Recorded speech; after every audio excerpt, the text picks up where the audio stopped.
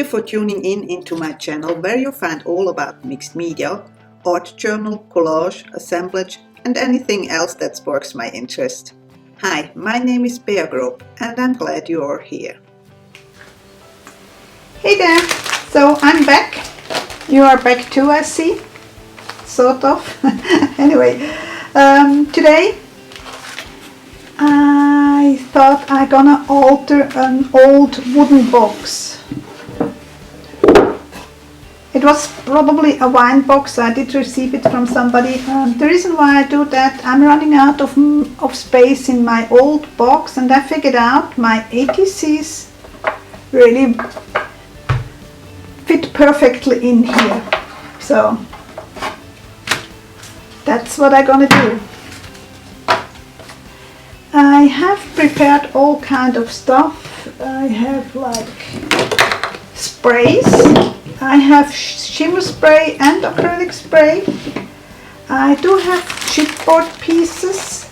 I do have metal pieces. I do have, this is like a glass cabochon. Again, metal pieces. And I do have scrapbook paper with a mat on it. And I'm gonna grab also my modeling paste.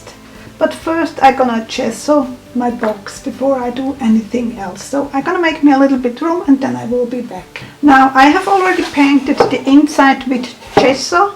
I don't think you need to see the whole process. I just basically paint everything with gesso. And the reason why I do that is gesso acts sort as a primer. Do I do the metal? Yes, I do the metal too.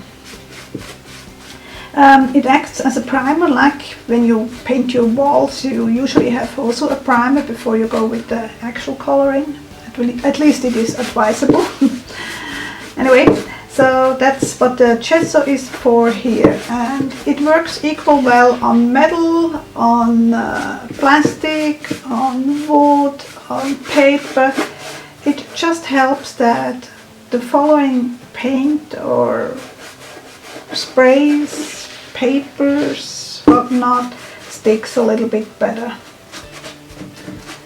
So I'm gonna quick finish that off, and when everything is dry, painted and dry again, I will be back. Now first I'm gonna work a little bit on the inside of the box. I'm not gonna do too much dimensional stuff, just spraying some paint and adding some papers, probably papers just up here because here they're gonna be the cards, so it doesn't make sense. I'm gonna start with the lighter colors, and first I have to shake them. And I do have different brands. I have Lindy Stamp Gang and I have Tattered Angels. The acrylic sprays are from Marble. Yeah, that's about it. And I'm gonna mix and match them. So I do spray acrylic paint and I do spray shimmer sprays.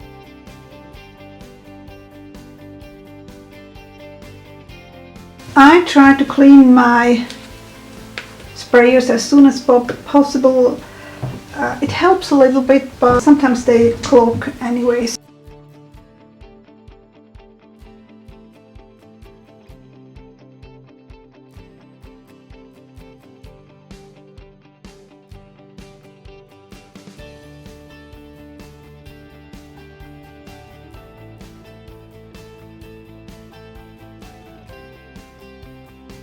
Again, I'm gonna use the heat tool to dry everything. Now the inside is dry. I'm gonna work on the outside. I'm gonna do a first layer just with the sprays, but I know I'm gonna go all in again with the sprays when I have attached my embellishment. I'm even gonna go in with gesso again to make the paint really stick. So I'm not too particular now here for the first layer. It's gonna get more spray anyway.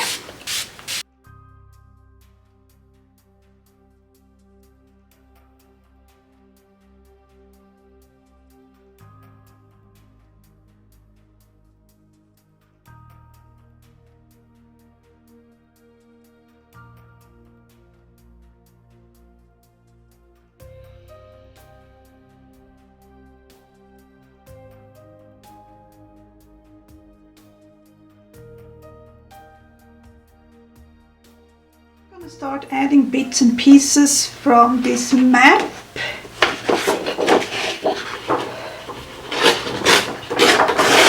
And I like to tear the edges, so that's gonna go here. And I used gel matte for that.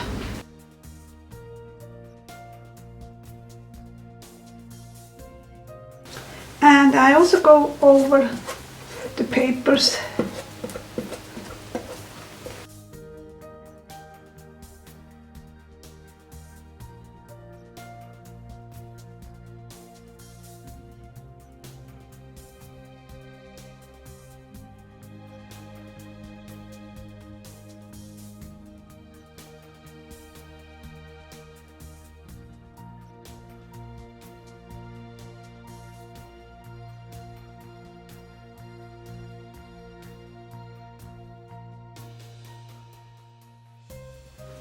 So what I want for sure, I want those corners at the corners.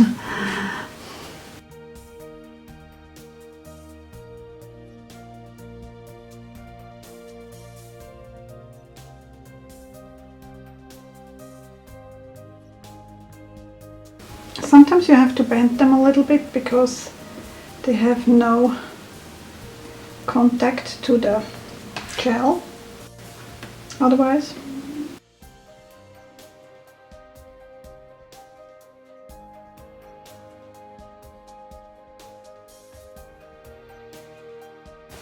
I want the whole chipboard thingy rather dimensional.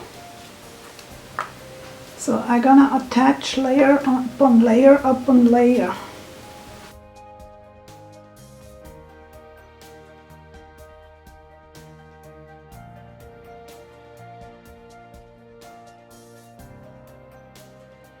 Those are, by the way, from the Southern Ridge Trading Company.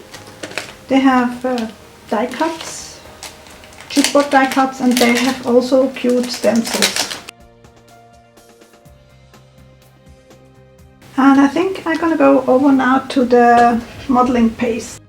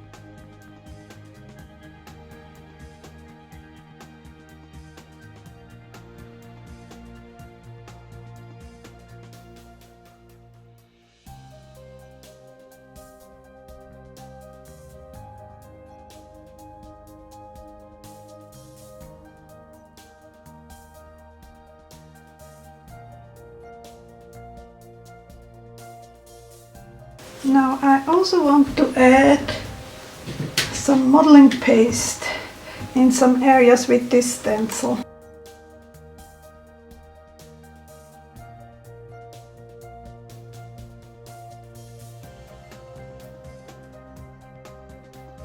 I'm gonna let that dry for 24 hours before I work on. The modeling paste needs some time. So it is the next day. I did leave it overnight to dry. Now I need to go in again with the gesso on those chipboard parts and on the key. But this time I'm gonna use a brush to get a little bit into the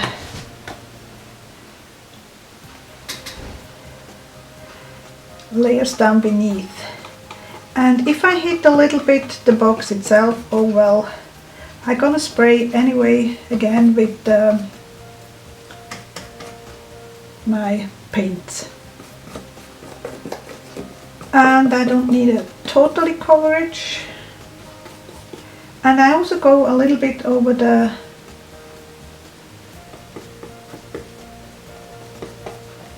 raised areas of the modeling piece. That's what I wanted to say.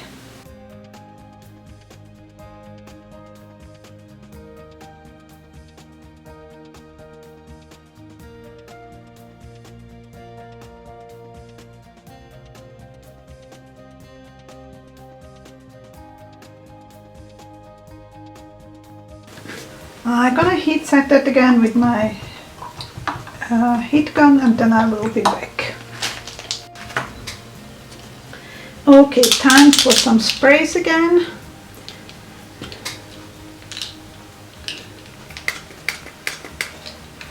If they would work.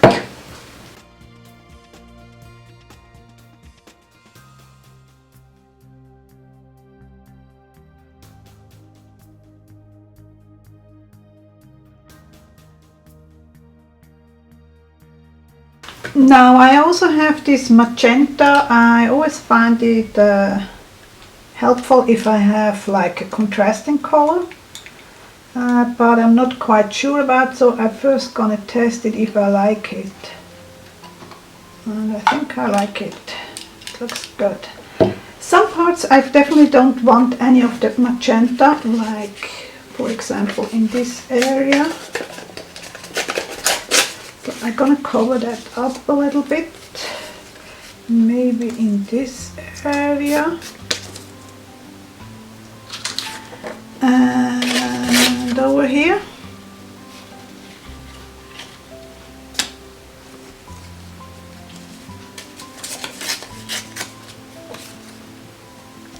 Something like that, so I don't get any magenta there, and let's hope for the best.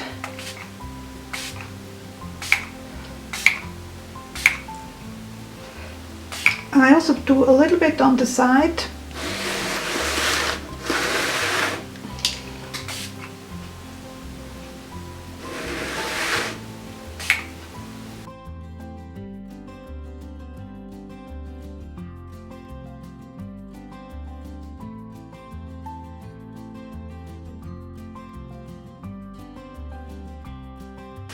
See if I need to wipe off a bit. I have a little bit much here, I think. Yeah, I'm gonna wipe it off a bit. And I'm pretty happy here. Okay, I'm gonna dry it again and then I will be back. Okay, sometimes more is more. I do have like 2 embossing powders. One is from, I think it was the Stempendos Shabby Blue Blur Mineable, and that's it, one that's no longer available. I know it's a Mermaid Tears embossing animal. So, but it's basically some bigger parts, some glimmer and whatnot. I want to add those embossing powders obviously, but I only try to touch the raised areas. So I carefully rub my ink pad over the raised areas. And as always, if you have different particles in it, you have to shake them first to dispense them evenly again. Let's see how that works.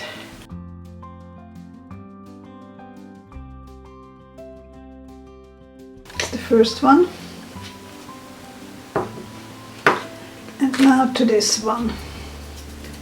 That's gonna go in the other areas, and I actually gonna sprinkle some in those areas where I want them.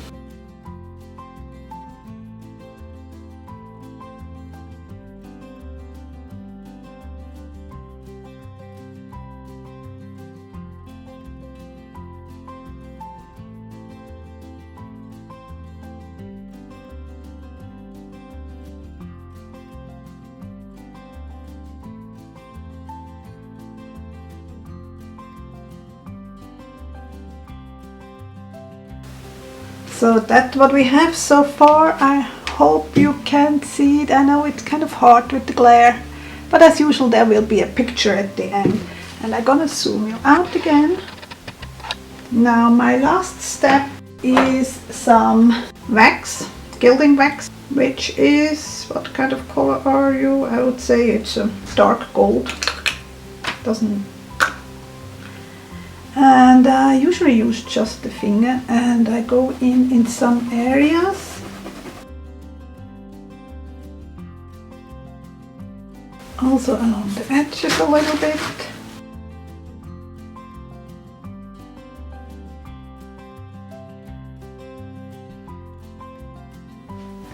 As usual, there will be a picture at the end of the video so you can see the real colors and the details a little bit better than on my video camera.